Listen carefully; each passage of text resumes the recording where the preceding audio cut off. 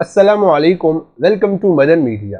India की एक state Kerala के शहर मलप्पुरम के रहायशी शिहाब चित्तूर पैदल सफ़र करते हुए 6 मुल्कों से होकर मक्का मुकरमा पहुंचेंगे, जहां वो सन 2023 का हज अदा करेंगे। शिहाब ने 8 माह में 6 मुल्कों से गुजरकर अपनी मंजिल तक पहुंचने का मंसूबा बनाया है, जो अपनी नौइयत का एक अनोखा मंसूबा है। मुसलमान हर साल हज की अदायगी के लिए पूरी दुनिया से मक्का मुकरमा का रुख करते हैं, यह तो आप सब जानते ही होंगे। मगर ये सब लोग फ्लाइट्स के जरिए सऊदी अरब के शहर मक्का मुकरमा पहुंचते हैं। ऐसा पहली बार देखा गया है कि कोई नौजवान पैदल हज करने जा रहा है, जो एक बहुत बड़ी बात है।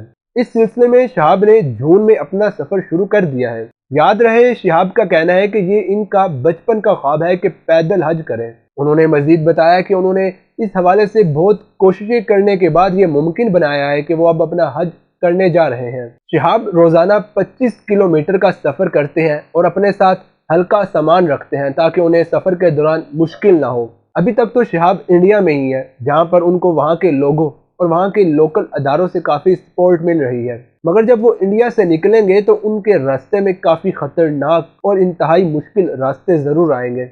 शिहाब चित्तूर को मक्का मुकरमा तक पहुंचने के लिए 8,640 किलोमीटर का सफ़र पैदल करना है और वो इस दौरान 6 ममालिक से होकर जाएंगे। इन 6 ममालिक में India, Pakistan, Iran, Iraq, Kuwait और फिर आखिरी मुल्क सऊदी अरब है। शिहाब ने इस सिलसिले में इन तमाम ममालिक के वीज़े और सारे इजाज़तनामे हासिल कर लिए हैं और फिर इसके बाद ही अपना सफ़र शुरू किया है।